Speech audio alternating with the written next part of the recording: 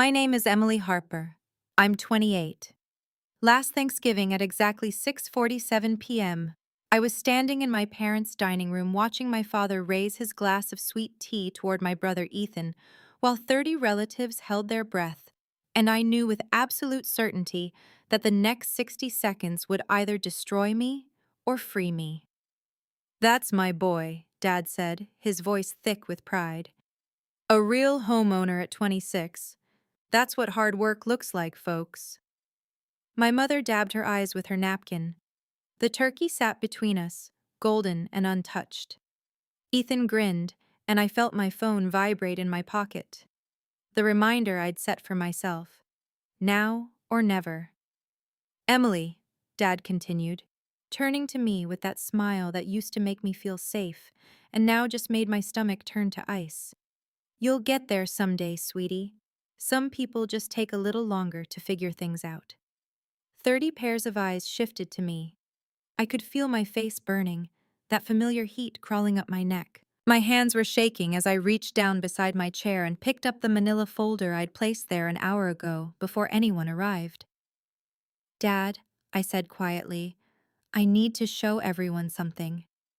Before I go on, if stories about standing up for yourself mean something to you, please hit like and subscribe, and tell me in the comments where you're watching from right now and what time is it there. Let me take you back 6 years to where this really started. I was 22, fresh out of college with my applied sciences degree, moving back home to small-town Greenfield, Ohio, because I'd landed a job at Morrison Dental Lab, making $42,000 a year. Not glamorous, but it was a start. My parents had converted the garage into a small apartment, bedroom, bathroom, kitchenette. "Just until you save enough for your own place," Mom had said, hugging me tight. "We're so proud of you, honey." The day I moved in, Dad sat me down at their kitchen table with a calculator and a notepad. He drew a line down the middle of the page. "Okay, Emmy," he said. He was the only one who called me that. "Let's talk about your future.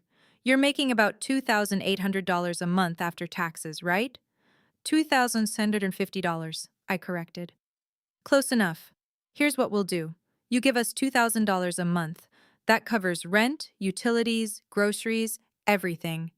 The other $650 is yours for gas, phone, fun money. But here's the real magic." He tapped the paper. "That $2,000 you're giving us, we're not spending it. We're putting it directly into a savings account in your name, for your house down payment." My chest swelled with something that felt like hope. "Really? Really?" Mom said from the doorway, smiling. "We want you to succeed, baby. This way, you're living here, but you're also building your future. In 5 or 6 years, you'll have a real nest egg." "You're giving me a gift," I said, my voice cracking. "Both of you." Dad reached over and squeezed my hand. "That's what family does. We build each other up." I believed him. I had no reason not to. For the first 3 years, everything seemed perfect. I'd get home from the lab around 5:30 p.m., my hands still smelling faintly of dental stone and acrylic resin, and Mom would have dinner ready. Dad would ask about my day, about the dentures and crowns I was fabricating. On the first of every month, I'd write a check for $2,000 and hand it to Dad. "There you go," he'd say, taking it with that same warm smile. "Straight into the account. You're at $24,000 now, then $26,000, then $28,000. Every few months, I'd ask to see the account balance. Dad would pull out his phone and show me a screenshot, plain white background, just black text with a number, $31,400, then $38,200, then $45,000. "I should get access to the online banking," I said once, when the balance hit $50,000. "Just so I can check it myself." "It's a joint account under my name for tax purposes," Dad explained. "Once you're ready to use it, we'll transfer everything over. Don't worry, Emmy. Your money is safe." I worried anyway, but quietly. That was my mistake. I let the worry sit in my stomach like a stone and told myself I was being paranoid. The first crack appeared on a Tuesday morning in June, 3.5 years in, I was at the lab, working on a full upper denture for Mrs. Patterson, carefully layering the pink acrylic to match her gum tissue, when my phone rang. It was Ethan. "Hey, sis." His voice was bright, almost manic. "Guess what? I'm buying a house." My hands went still. "What? When?"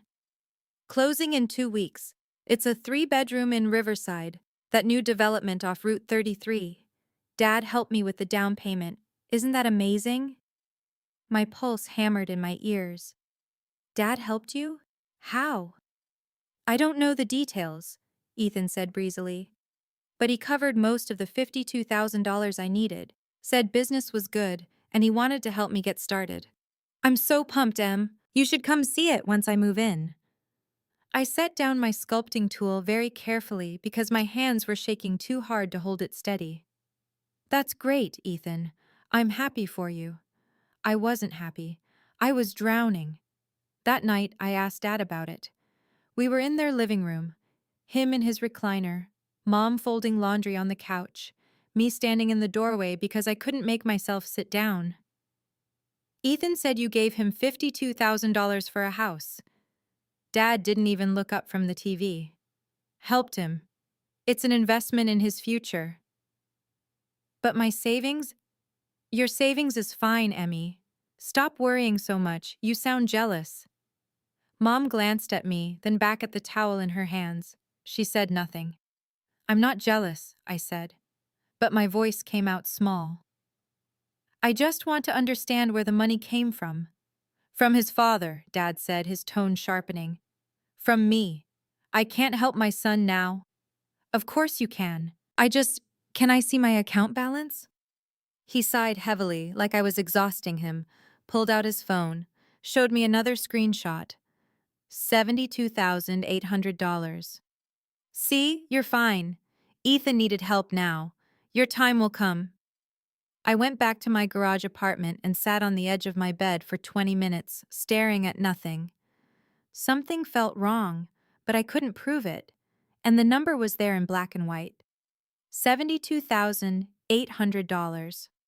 I'd given them $84,000 by then, but maybe I was miscounting. Maybe there were fees I didn't understand. I pushed it down. I always pushed it down.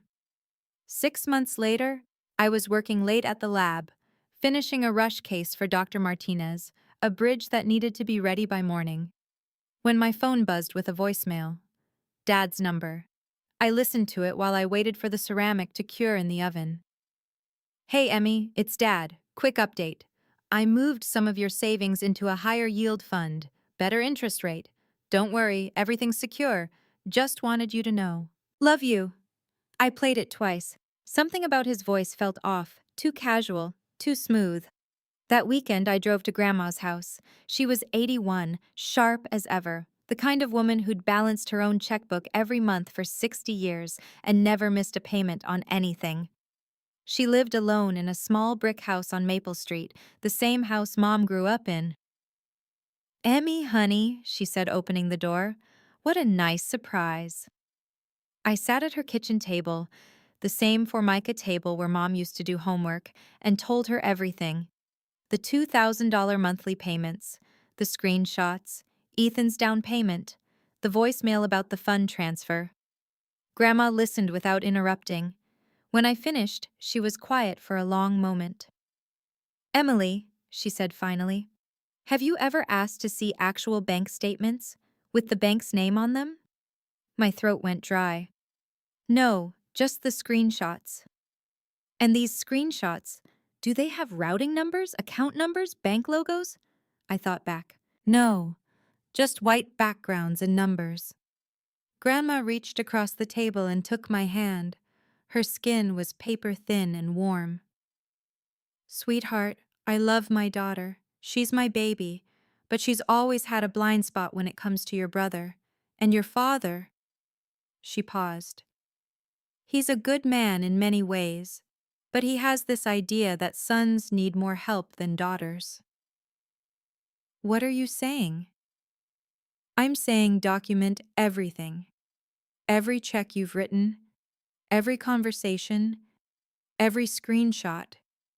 And I'm saying that maybe your savings account doesn't exist the way you think it does. I felt something crack open in my chest. Not hope, not even despair, just certainty. If I'm right, I whispered, what do I do? You build your case, Grandma said, quietly, carefully, and when you're ready, you show everyone the truth. She stood up and went to her bedroom. When she came back, she handed me a small leather journal. Write everything down. Dates, amounts, conversations. I'll be your witness if you need one. I drove home with the journal on the passenger seat, and for the first time in 3.5 years, I didn't feel crazy. Over the next year, I documented everything. Every check I wrote, I photographed, front and back. Every text message Dad sent about the account, I saved. Every screenshot he showed me, I asked him to send to my phone, then I screenshot those too. I kept it all in a folder on my laptop labeled Tax Documents 2019 to 2024 because I knew no one would look at something that boring. But the worst part? Life kept going. I kept paying $2,000 every month because I lived there and I didn't know what else to do. Where else could I go? Moving out would mean starting completely over with nothing. At least this way, I told myself. Maybe some of it was being saved. Narrator. None of it was being saved. The public humiliation happened on a Saturday afternoon in March, 5 years into this arrangement. I was at Riverside Park with my coworker Julie and her kids. We'd grabbed lunch at the taco truck and were sitting at a picnic table while the kids played on the swings. It was one of those first warm days of spring, 63 degrees, sun bright, and I was almost happy. Then I heard Mom's voice. Emily Harper, is that you? I turned. Mom and Ethan were walking toward us, shopping bags in their hands from the new furniture store on Main Street. Hey, Mom! Hey, Ethan! Julie waved politely. Mom ignored her. We're buying new patio furniture for Ethan's house, Mom said brightly. It's going to look beautiful. Have you seen his backyard, Emily? It's just gorgeous. Not yet, I said evenly. Ethan grinned. You should come by. Dad helped me put in a fire pit last weekend. Sounds nice. There was a pause. Julie was watching this exchange with growing discomfort, her fingers tightening around her soda cup. You know, Mom said, her voice taking on that particular tone I knew too well, light but pointed. Ethan was just saying yesterday how grateful he is for everything we've done for him. He's such a thoughtful son. That's good, I said. Meanwhile, we never hear thank you from you, Emily. You're still living at home at 27, and you act like we're some kind of burden. My face burned so hot I could feel my pulse in my teeth. Julie's eyes went wide. I pay rent, I said quietly. Every month. Oh, please. Mom waved her hand dismissively. That barely covers utilities. You have no idea how much it costs to support an adult child. No idea. Ethan looked uncomfortable now. He touched Mom's arm. Mom, it's fine. It's not fine, Mom said. Your father and I sacrificed so much and she can't even show basic gratitude. Do you know we had to dip into our retirement savings last month because business has been slow? But does Emily offer to help more? No, she just takes and takes. Something hardened in my chest. Not anger, something colder. I'm sorry you feel that way, I said. My voice came out calm, almost flat. Julie stood up. Kids, time to go. She shot me a worried look. Mom's face flushed. Don't be dramatic, Emily. I'm just being honest. Someday you'll understand when you have your own ungrateful children. They walked away. I sat there for another 10 minutes, watching the kids on the swings, and I didn't cry. I didn't shake. I just felt empty. That night, I added the incident to my journal. March 14th, 2024, 2:45 p.m., Riverside Park. Mom called me ungrateful in front of my coworker. claimed I'm a burden. 2 weeks later, I found the first real clue. I was home alone. Mom and Dad had taken Ethan to Columbus to look at kitchen appliances for his house. And I was in the kitchen making coffee when I noticed Dad's planner sitting on the counter. He was old school, kept everything written down. I shouldn't have looked, I knew it was wrong, but I opened it anyway. April 2023.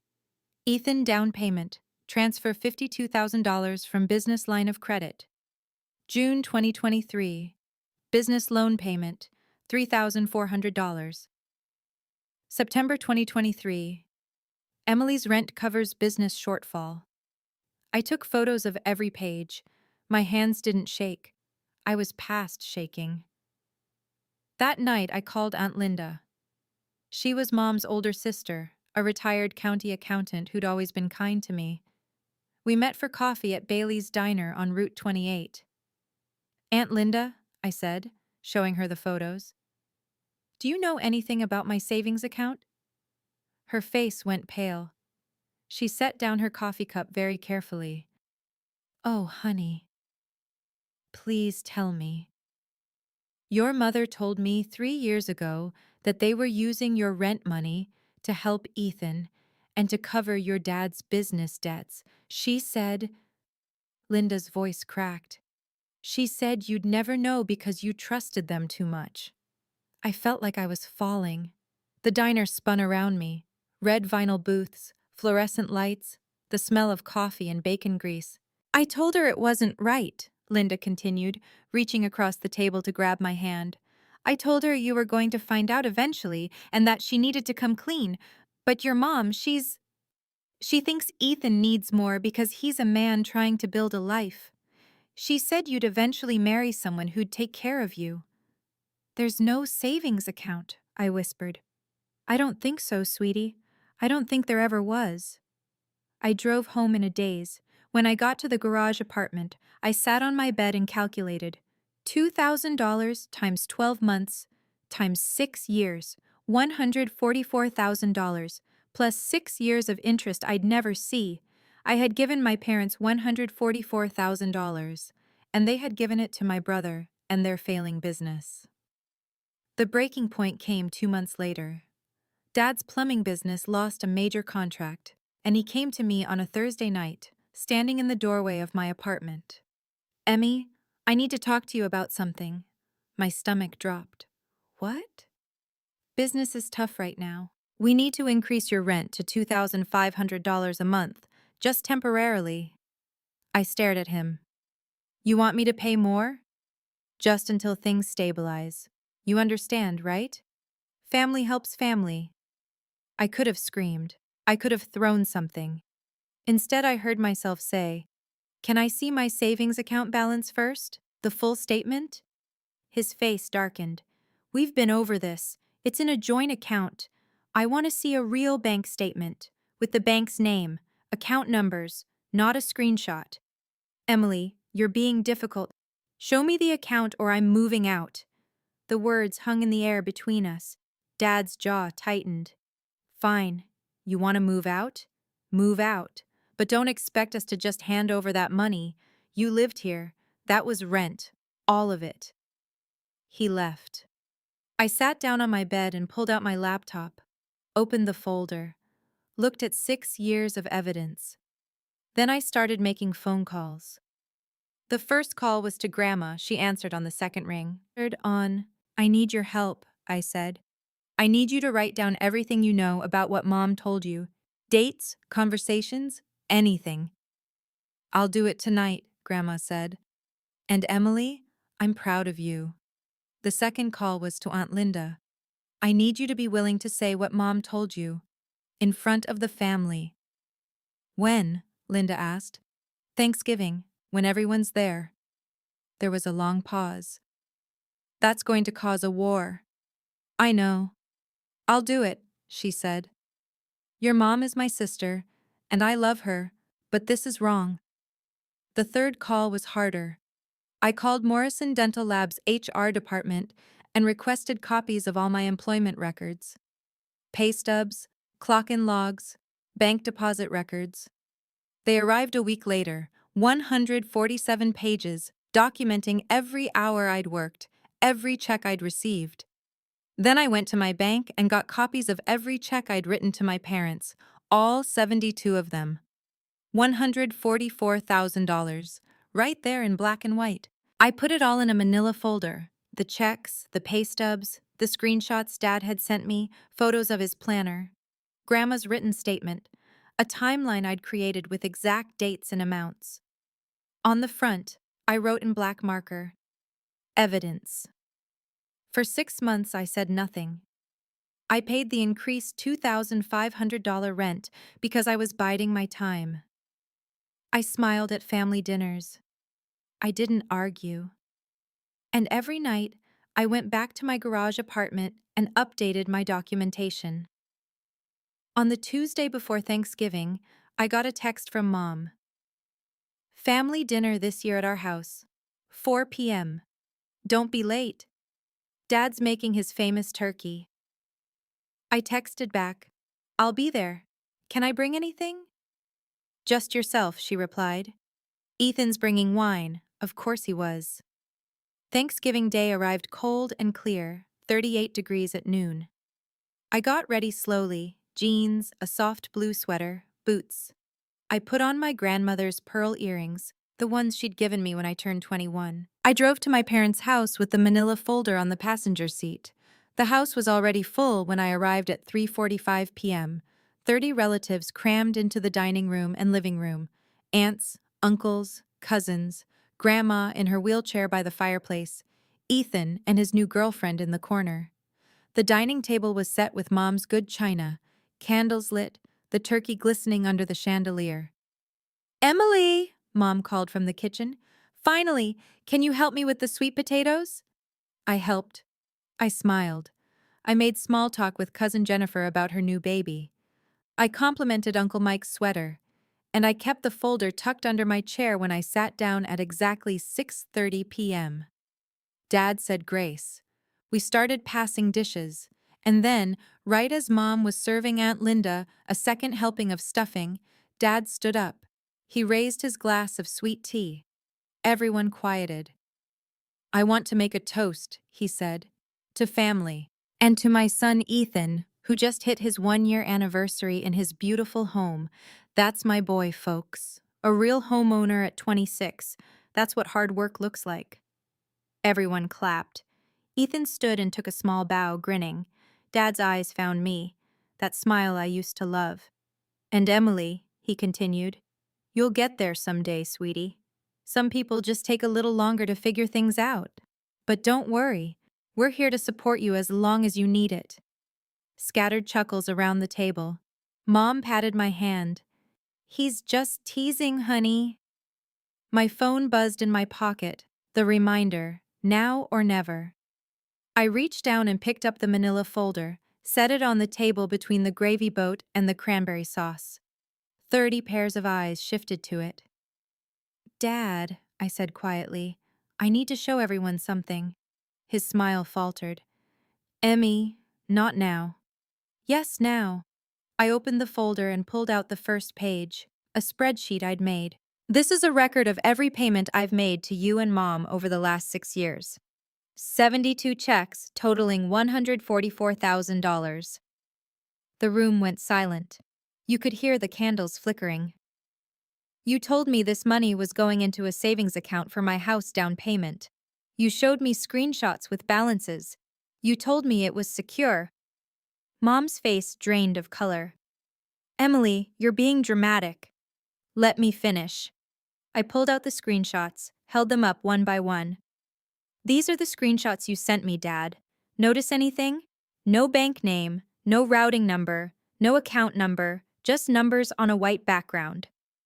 Uncle Mike leaned forward, squinting. Wait, those aren't real bank statements. No, they're not. I pulled out another page. This is a photo of Dad's planner from April 2023. Right here.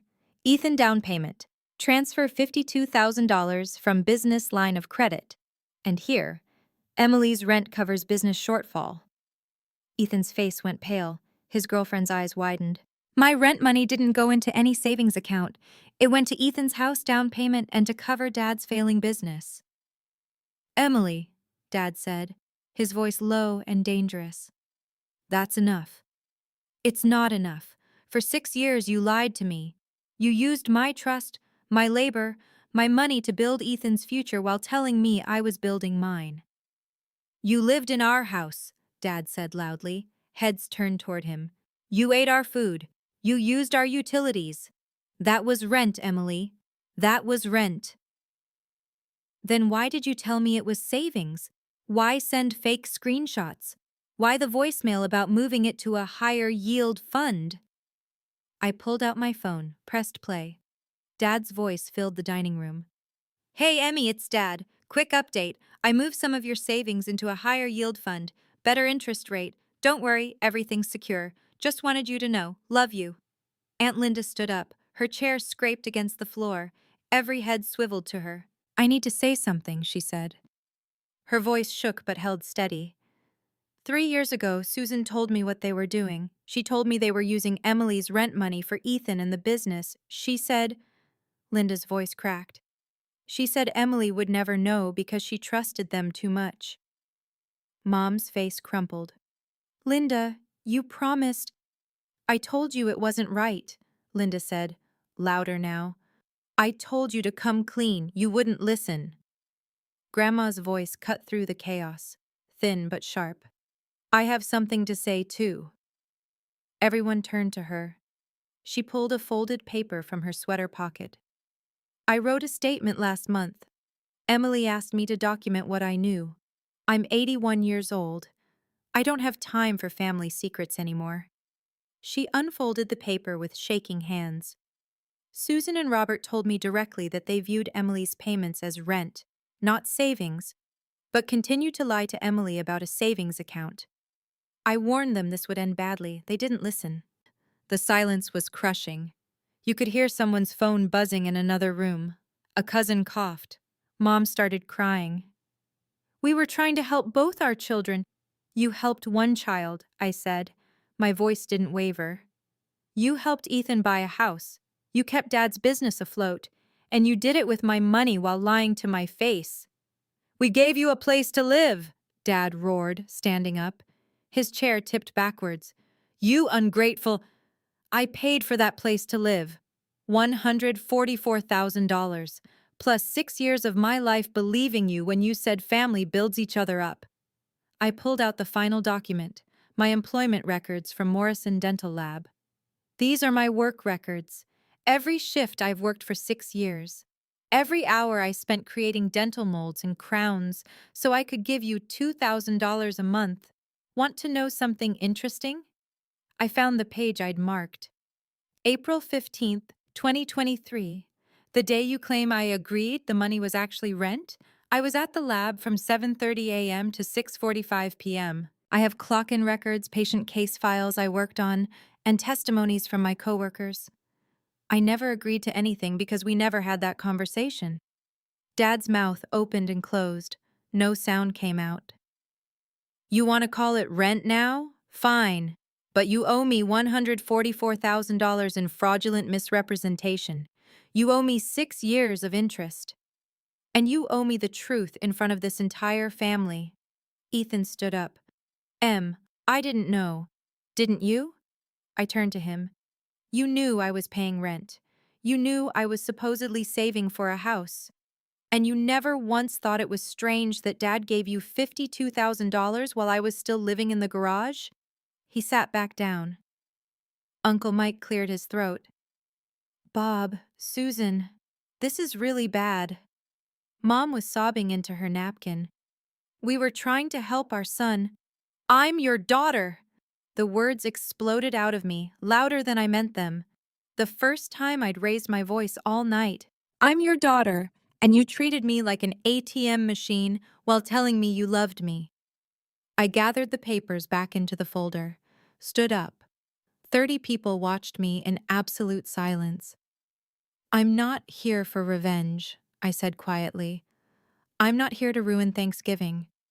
I'm here because I'm done being quiet. I'm done pretending this is normal. And I'm done letting you tell me I'm ungrateful when I gave you 6 years of my life and every penny I could earn. I looked at Grandma. She nodded, tears streaming down her face. I'm moving out tomorrow. I've already found an apartment, and if you want to make this right, really right, you know where to find me. I walked out. No one stopped me. I got in my car, drove 3 blocks, pulled over in a Target parking lot, and sat there for 20 minutes while my hands shook on the steering wheel. Then I called Grandma's cell phone. She answered immediately. Are you okay? I don't know, I whispered. Did I do the right thing? You did the brave thing, she said. That's all we can ever do. I hung up and drove to my new apartment. A small one-bedroom in Brookside I'd rented 2 weeks ago with the last bit of my actual savings, the money I'd managed to hide from everyone. It was empty except for an air mattress and 2 boxes. I lay down on the air mattress and stared at the ceiling and felt absolutely nothing. And then my phone started buzzing, text after text. Aunt Linda, I'm so proud of you. Call me if you need anything. Cousin Jennifer, I had no idea. I believe you. Uncle Mike, your dad and I need to have a serious conversation. Ethan, I don't know what to say. I'm sorry. I really didn't understand what was happening. Grandma, I love you, little firefly. You did good. I didn't respond to any of them. I just lay there, watching the shadows move across my empty ceiling, and for the first time in 6 years, I felt like I could breathe. 3 days later, I got a voicemail from Dad. Not an apology, a threat. Emily, you embarrassed us in front of the entire family. You had no right. We gave you everything and you threw it in our faces. Don't expect any help from us again. You're on your own now. That's what you wanted, right? I deleted it without finishing. A week later, Aunt Linda called. Your mom asked me to talk to you. She wants to have coffee. She says she's ready to apologize. What do you think? I asked. Linda was quiet for a moment. I think she's sorry she got caught. I don't think she's sorry she did it. Yeah, I said. That's what I thought too.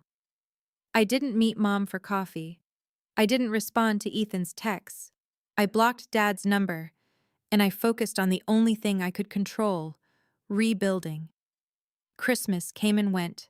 I worked overtime at the lab, picked up extra cases, saved every penny. My apartment was small, but it was mine.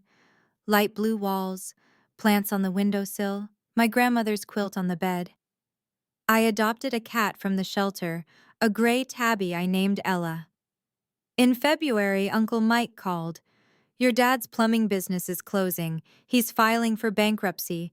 He asked me for a loan. I said no. I felt nothing hearing that. Not satisfaction, not pity, nothing. How's Mom? Angry, defensive, blaming you for turning the family against her. Of course she is. Your brother's trying to sell his house, Mike continued. The mortgage is too much without help. He's behind on payments. I hung up and went back to work. By summer, I'd saved $8,000. I opened my own savings account, a real one, with my name only, at a credit union 2 towns over.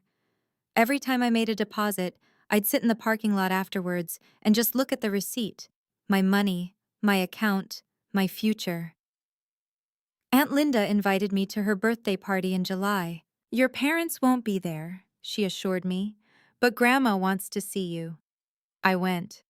Grandma was in her wheelchair on Linda's patio, surrounded by flowers.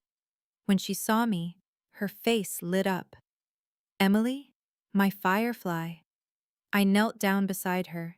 She took my hands in hers. So small, so fragile. I'm proud of you, she whispered. You're stronger than I ever was. I learned from you, I said. She smiled. No, baby, you learned from yourself. I just gave you permission. She died 3 weeks later in her sleep. Heart failure, peaceful, the hospice nurse said. I spoke at her funeral. I didn't cry until afterwards. Sitting in my car in the cemetery parking lot, Ella meowing in her carrier on the passenger seat.